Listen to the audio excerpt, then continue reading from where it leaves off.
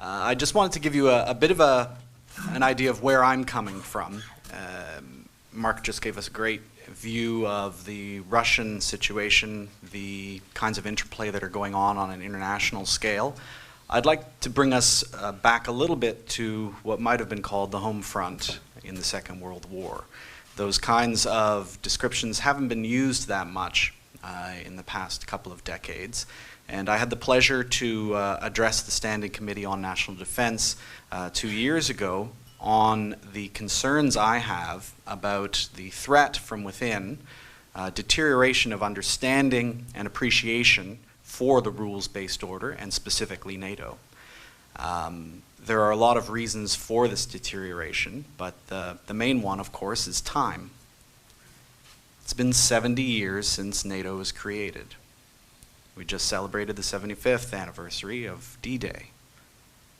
Everybody who died and suffered, was related to those who were dying and suffered, did so to create the world we have today. That's an amazing and impactful message, and it's one that helped propel the creation of the rules-based international order. But it's a story that isn't being connected to what we have today. And for me, that is of critical importance to the foundations of what we have. We can do all of the kit buying we want. We can create all the best doctrine. We can strategize. But if the people don't understand what the heck we're doing, they don't know why we're doing it, they don't understand how the rules-based order works, its history, but most importantly, its spirit. They don't understand the direct connection to those people that we honor on November the 11th. If we don't help create that connection, we could be in serious trouble in the years to come. As we've heard today, a lot of the speakers have mentioned this as an inflection point. Well, when inflection points come, it's strength from within which drives things forward. And I'm just concerned that we're not getting the next generation on board with those requirements, with that strength within and the understanding of the strength of the rules-based order, the resilience that that gives us, and why it was created. So the NATO Association, which I run, our mandate is to make sure that Canadians understand what NATO is and the value of security. We're an arm's length NGO from NATO itself, also arm's length from D&D. We do get some funding ad hoc from both of those. But our real job is to put on events. We put on about 20 events every year across the country, mostly based in Toronto, to try to hone in on the business and cultural hubs, because that's where the narrative fight is most important to win. When you get people who are already engaged in international affairs through trade, through the ideas economy, but who don't really deal with military or diplomatic personnel, that's where we strike. That's where we get people behind our message. And the new entrepreneurs who are coming up, the millennials, they're already there. They just don't know what NATO is. They haven't been given the package of what the rules-based order is and how it does already make sure that Canada can do what it has been doing. In addition to Canada, we also publish a number of articles, usually a couple hundred every year, and we also push through social media about the importance of the rules-based order in NATO itself. So we're really reaching out to that next generation. The NATO Association is also part of something called the Atlantic Treaty Association. Every NATO country has something like a NATO association that is charged to make sure its own citizens understand what NATO is. That's great, but most of them don't have government funding. Most of them are grappling with the changes in technology, changes in government, changes in populist ideas. So it is very much an effort that is a current uphill battle. But I would like to say that we are united. The key is that this has been a responsibility that has not been seen as a country-by-country responsibility. It's been seen as civil society responsibility. No country has been charged with defending the ideals of NATO specifically, to reach their publics to tell them why they're in NATO. And NATO itself has been a little I'm not going to say backseat driving, but they've been concerned that making overt connections with the publics of NATO countries would be seen as going a little bit overstepping national sovereignty. This is a membership of equals. This isn't an imperial power dictating anything to each country. Those are just some of the challenges that I bring to the fore here. You might have seen in my description in the book there just that my concern is that it's nobody's job to champion the rules-based order. And that is a problem. The upcoming multilateral group that is coming out of the UN in the fall, hopefully we'll be able to do that, the Alliance of Multilateralists, or multilateralism. But I think we have to do more to create a cultural and social understanding of what NATO and the rules-based order are. So with that, I'd like to just briefly talk a little bit about some of our citizens. I'm going to concentrate mainly on Canada here. They really don't know what NATO is. They're generally supportive of NATO. We've seen NATO approval ratings going fairly high in Europe and in North America. In the US, it's gone down a little bit over the past few years, but generally it's high. In America, it's been 70, 80%, which is amazing. But I suspect that's because they don't know what the hell NATO is.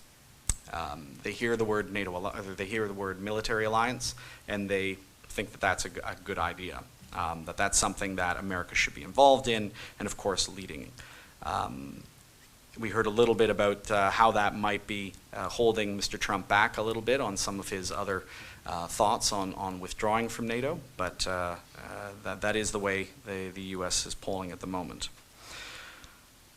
But I have a very simple message about the millennials. They really have no idea what NATO is because they haven't been taught. The education system, certainly in Canada, has a grade 10 civics, there's a grade 12 world issues. Those are the only times they might hear a little bit about NATO. They might hear about it in a movie, one throwaway line. But unless they actually already read a newspaper or already have a Facebook or social media feed that has NATO content in it, they're not going to hear about it. These echo chambers are certainly damaging the interest in the multilateral organizations. And the problem for me is that under this order, Canada, the rest of the world, has enjoyed more prosperity, security, and peace than ever in the history of humanity. My background's largely from history, and so that every time I think about how much NATO has given us over the past 70 years, it's with that kind of information in the background. But of course, most citizens have no idea what normal was for the rest of human history. So I certainly just want to pin something in your minds that part of our job is to make sure that, without being, holier than thou, that we should be telling Canadians and the rest of our citizens of NATO and the rules-based order that you really do have it good. It's tough to do that without sounding condescending, but there has to be a way to find some vehicle that will allow our citizens to understand how amazing it is to just be able to sit in a room with coffee, with water, not worrying about anybody blowing up this room, not having to concern ourselves with whether our house is going to be up tomorrow. It's a simple thing, but it's something that is so foundational to our job here. I'll just bring out a few polls that have been done in the past few years, generally about NATO. In March of 2017, Angus did a poll with 742 males, 773 females from different income brackets, education levels, generally seen as a pretty good sample of the population. There were 26 questions in this poll. I'd like to just bring out two of them, which gives a bit of an illustration of the difficulties we face here. Question 17 asked Canadians how they felt about US President Donald Trump's call for NATO members to spend the NATO recommended 2% from the Wales Summit on their defense budget. The results show that 52% of Canadians answered that NATO members should contribute the agreed upon 2% GDP, while 48% said NATO members should be allowed to spend less. Question 18, on the other hand, asked the populace opinion regarding Canada's 2017 defence spending, which at the time was just under 1%. Less than half the contributing expectation that Canada is responsible for. Curiously, the results show a different story from the prior question. 40% called for an increase in defense spending, while 60% either wanted it to stay the same, 1%, or decrease military spending. These are two questions, one right after another. And I think that's a larger disconnect that we've got in most of our discourse. You've got a lot of people wanting to do the right thing, but that's because they don't see the cost. When they see the cost, this is when they see Canada as something that is independent of global affairs. Yeah, it'd be great if we could contribute as much as possible, but how is that affecting me when push comes to shove? People think that Canada might be immune to this, but I really don't think it is. Ipsos did a poll for the NATO Association last year and found that as far as what NATO is, we asked a question, which organization governs itself by the idea that an attack upon one is an attack upon all? A pretty specific question. We gave them 5 opportunities to answer. NATO, obviously, the UN, NAFTA, NASA, and then Spectre from James Bond, just to make it fun. 52% of them thought it was the UN, which, first of all, to my mind, that's a good thing. It shows we've got places to grow. It is the UN always gives warm and fuzzy feelings to most Canadians. This is what we should be doing. It shows to me that they find the idea that protecting one's friends is a just idea. It is an idea that is very Canadian, and of course it is. But still, 60% didn't know that that's what NATO was. And 71% of millennials specifically didn't know. 71% had no idea. So public awareness of an acronym is almost certainly going to be low. I'd like to bring this to the next level, though. Public awareness of a group of acronyms, the rules-based order, it's not even coherent how these things fit together. They're not a coherent system. It's a resilient group of multilateral organizations. Very difficult to explain how that works. It always seems like this amorphous gray cloud, helping to manage global affairs. But how do you explain that? It's very challenging. I just want to make sure that you all understand that we need to create some kind of buy-in. And how do you do that? Somehow it must be done. We have to create citizen awareness. We can't rely on the implied group of elites, this room, essentially, making all these decisions and just telling people, it's good, believe us, it's a good thing. The rules-based order, you should look into it. We need buy-in from the citizens. That buy-in should not, in principle, be impossible. And I just want to talk a little bit why I think that is. It stands, the rules-based order stands on some very simple ideas that were developed out of the Second World War. Of course, the Atlantic Charter, which I don't think anybody's mentioned today, but there's some very simple ideas about freedom from fear, freedom from want, collaboration through rules, transparency, justice. These are things which are very much in the news right now. The Me Too movement, of course, relies on transparency and justice. They're very real issues that we can harness and we can guide to make people remember what they have and that it was not easily bought. I'd like to bring up another point. The Marvel Universe movies. The franchise, specifically the Avengers, have shown that there's a clear desire for global do-gooding. Seems trite, and what is the connection? And it might not be direct. But the Avengers have a hell of a lot of problems. They have to deal with overextended oversight from the state. They have their own little civil war. They have to make decisions between observing rules and going with their values when those conflict. They help commit atrocities as well. Yeah. But there seems to be this urge, certainly in North America, for this kind of ideals-driven narrative that we can be greater and that we can pursue some of these ideals. The Avengers has grossed $21.3 billion over 22 movies. I think that includes most of the other Marvel movies as well. I'm not suggesting a superhero franchise for NATO, all right, or the rules-based order. I'm just drawing attention that these ideals can get people excited, that there is an interest in collaboration, securing the world, and making sure that there is justice. Those are pretty good things to rely upon if you can just create the narrative that builds it in.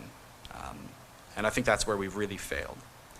I'm convinced that we have to make the history and development of NATO and the rules-based international order part of our education, for sure. The NATO Association of Canada is developing a massive online course for grade 10 students in Canada. We're actually working with the British Council as well to see if we can get it over to the UK.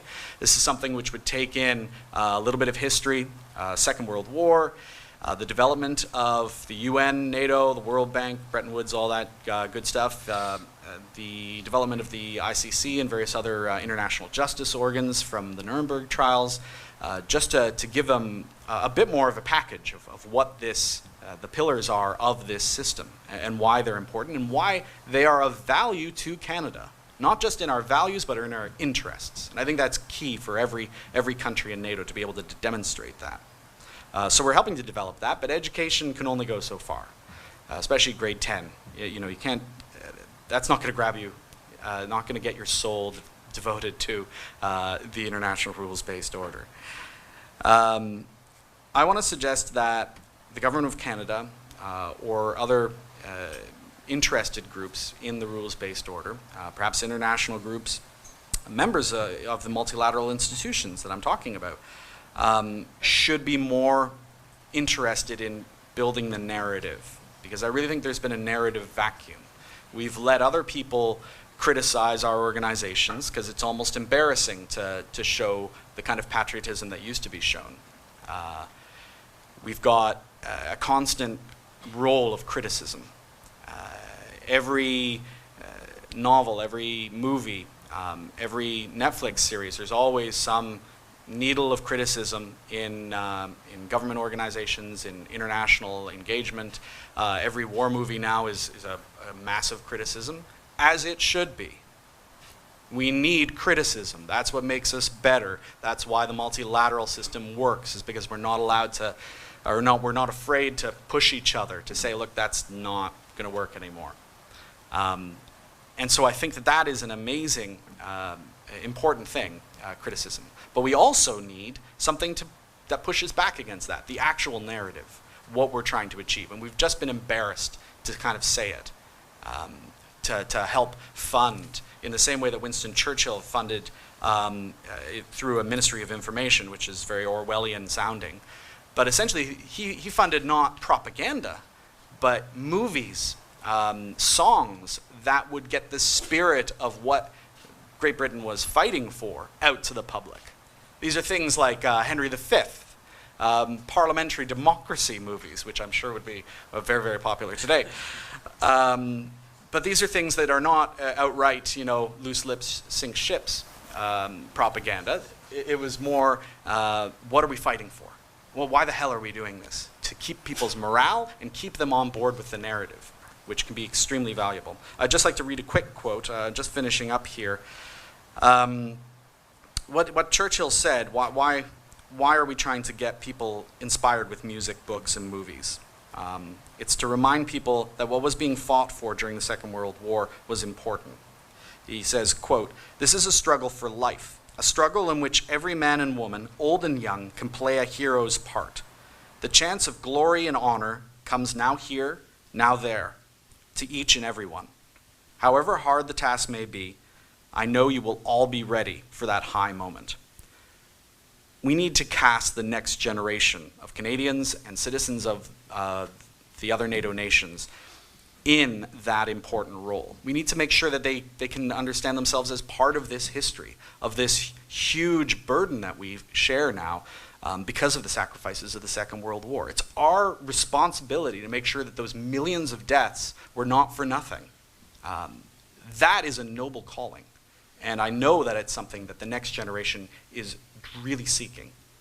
It's easy to give it to them if we have the means, the mission, and the interest to do so. I'm not seeing that right now, and I know that we need it. Thanks very much.